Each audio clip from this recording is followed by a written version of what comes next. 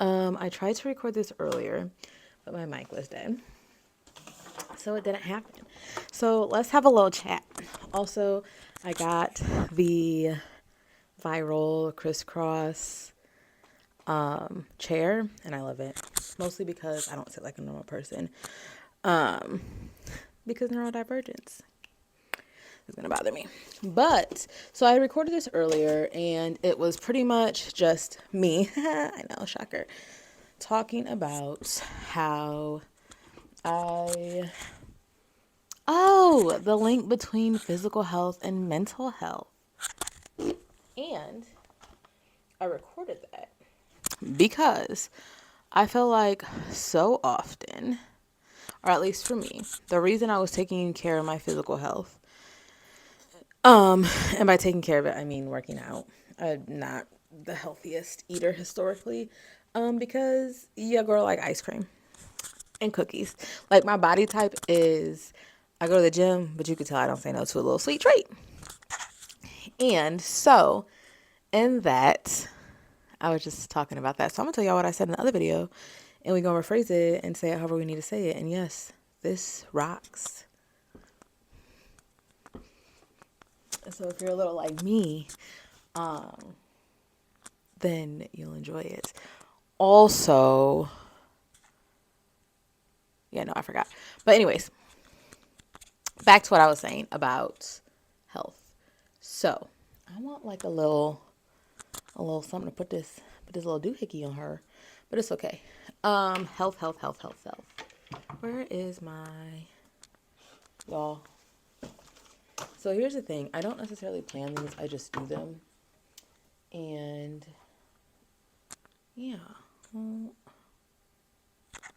I can't find the stone that I like to have when I'm doing creative things, but it's fine. It's okay. We gonna raw dog it. The fact that people can raw dog life is beyond me because I cannot. I need all my meds and my herbs and anything else spirit says to take to make it better because kind of ghetto out here in these streets, in these colonized streets. Also, I swear these geese be having turf wars. Oh shit! And then a feather just flew off. Oh, they all been a fight. Okay, 2, 3, 4 on the timer.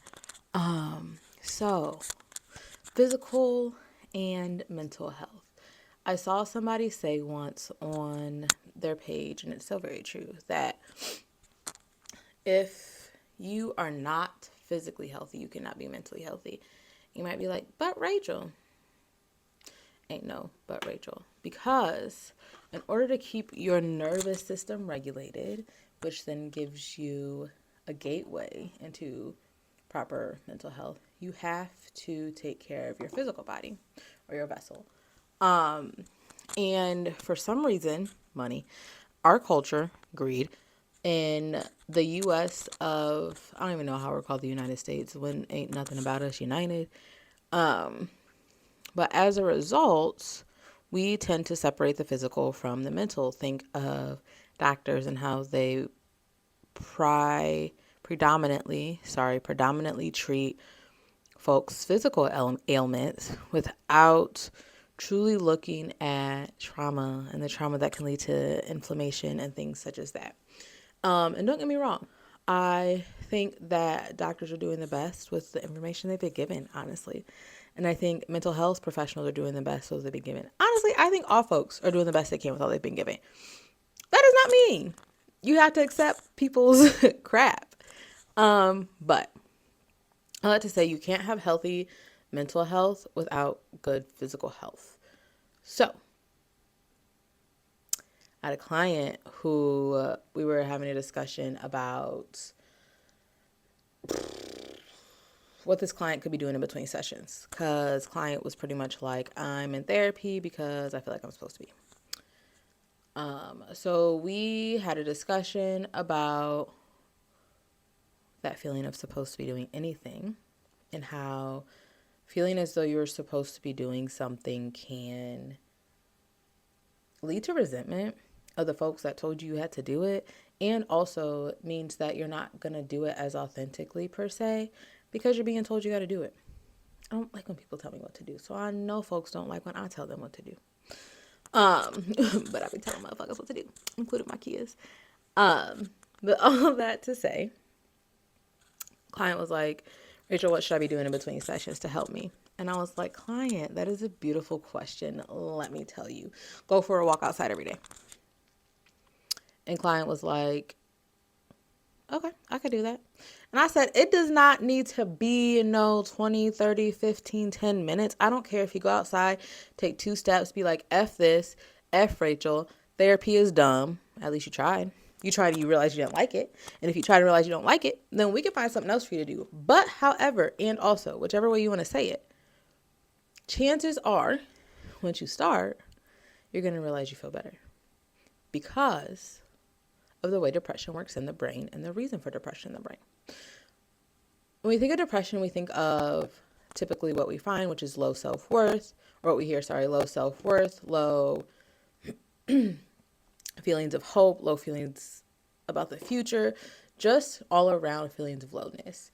And if an individual has trauma, chances are this might look like anxiety and depression. And sometimes that's what folks might be diagnosed with if they have some severe or complex trauma, and not just like your PTSD, such as what we hear from Army or military folks or folks who were involved in a shooting. We're talking about day after day you are stuck in your brain, in survival brain, your lower brain. So, I'm a nerd. This stuff excites me. I don't know if you can tell or not. But depression, anxiety, and folks like that, because you are used to the trauma, you're going to be up here. You're going to be hyper vigilant. You're going to be so hyper aware of everything that's going on that you use all your energy being hyper aware. And being hyper aware is a trauma response. It's a survival response, right? So once you've been hyper aware for X amount of times, not being able to sleep for X amount of time, X amount of days, whatever, you're going to crash.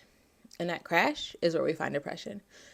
And depression is, in this sense, preparing your body for the next time it's going to have to be in that hypervigilant state. So, for example, if you're a person who struggles at work, going to work is anxiety inducing for you. You focus on it a lot when you're not there. You think about it a lot. You kind of dread going to work the next day. But then you can't figure out how come when you're off of work, you just feel stuck. Like you can't do anything. You got to trick your brain. At the end of the day, it's not about wants. It's about tricking your brain. And yes, sometimes it sucks. Take it as a person who goes to the gym. Sometimes I don't want to go. And sometimes I don't go. And then I'd be like, dang, I should have went. I would have felt better. But shaming myself ain't going to change it. I just remember the next time that I don't want to go, that historically every time I've gone, I felt better.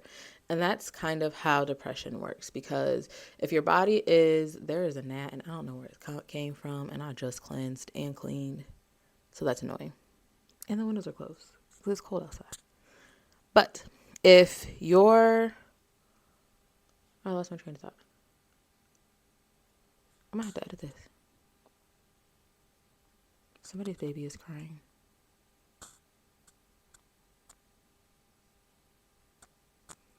I really be wanting to be like, do you need my help? I don't know if you can hear that. But when you come down from that, doing the things you don't want to do. It takes me a while. Sometimes I got to backtrack. But knowing that it helps, even when you don't want to, is beneficial. Because even if you and this is what I told this client, I said, if you go 2 steps, you go those 2 steps, you realize, I don't want to. At least you tried. At least you gave it a good old American, we gonna do it, jolly try. You don't have to enjoy it. You could say the whole time, this is stupid, this sucks, this is stupid, this sucks. But you're still doing it, and it's still going to have a positive impact on your brain and therefore on your mood. Which actually brings me back, now I remember, to we have to trick our brain into understanding that we're not in survival mode. So that's where some of those routines come in, right? That's where movement comes in. And that's why the first thing I prescribe for my clients is some type of movement. If you don't like walking and you don't like going to the gym, go get involved in like some intramural leagues. Go find some videos on YouTube and do some stretching. I don't care what you're doing, but you have to move. And I tell them, I don't care if you're having a dance party. I don't care if you're twerking. I twerk for my mood all the time before sessions because I want to be regulated coming into sessions. And I cannot do that if I'm upset. And if I'm upset and in my own feelings, I'm not going to be able to focus on what my clients say. I'm not going to be able to give them feedback and ask pointed questions on purpose if I'm in my brain about my own stuff that I got going on. So I got to set that aside. And sometimes in order to set that aside, we get to fucking it up. And I be fucking it up good. But anyway, all that to say, you have to trick your body. You have to be like, you know what? I don't want to do this. And also, even if I only do it for 5 minutes, it's going to make a difference in my mood. That's actually science, but we'll get into that another day. And so this is me letting you know that if you do not take care of your basic needs, your body will be convinced that you're in survival mode. And that is part of the reason that you struggle with mental health. And also, with the current events going on in the world, in politics, in the celebrity world, like all of these things, there is going to be a level of sadness that folks might have, especially if you're a compassionate individual, especially if you're an empathetic individual, especially if you're just an individual that cares about humanity. And that's okay. It's okay to acknowledge that, like, man, this stuff is kind of sad. Could be considered depressing, honestly, because I feel like I've had some clients who was put in bed for a couple weeks, right? And also it makes people feel hopeless. It's like, this has been going on for so long. Don't even get me started on the way watching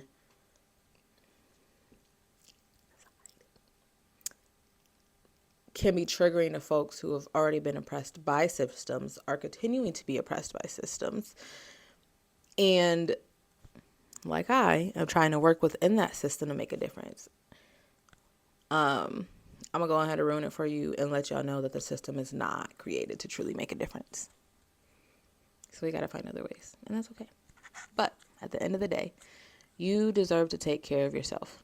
You are worthy of good health. You are worthy of feeding your body nutrients. You are worthy of providing your vessel, that is your body, with the nutrients it needs to thrive. So I try not to look at it as a chore or as a negative thing, or like, oh man, I gotta do this diet, or I have to eat this way. Oh, there's a picture of my baby daddy on my screen. I need to take him off of my Google thing so we'll stop posting him because I'm beefing with him right now. But yeah, you deserve it. You deserve to live a healthy life. You deserve to live a life of ease. You deserve to live a life that is going to continue to give back to you. And in order to do that, you have to decide, I am going to do my best. I am going to take these steps to make a difference in my own life. And I'm not going to sit here and say it's easy, because it's not. It's very difficult. And you can do hard things. And you owe it to yourself to do hard things. Because when you do hard things and you take care of yourself, if you're a parent or somebody that other folks look up to, you are giving them an example of how to take care of themselves. And B, I forgot it. And B, 1414 on the timer. And B, you can then pour into others after you've poured into yourself. Now I remember what the other part that I had said on the other video was. And that was, I need to water my plants. Sorry, I'm just a little distractible today.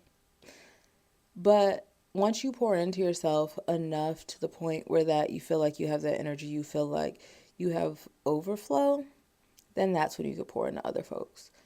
And I think it's important to remind folks that it's okay to be selfish. It's okay to pour into yourself first. Oh, look, there's a white feather.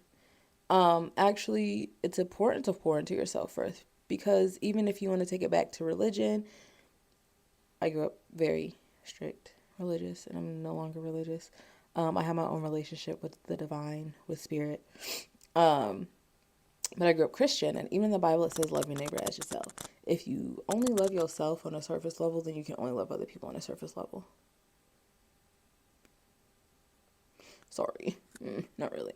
But that's to say, you have to love yourself deeply in order to then pour into others deeply without burning out. And for me at this phase of my journey, that means taking a step back from anything and everything that just doesn't sit right in my soul. If spirit says, I said, okay. And I take a step back. And I realize that as a result, excuse me, I have more mental clarity. I have more physical energy.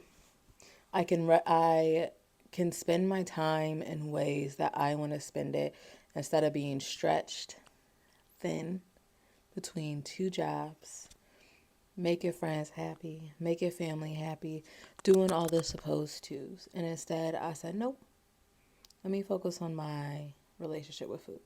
Let me focus on my relationship with self. Let me focus on my relationship with the divine.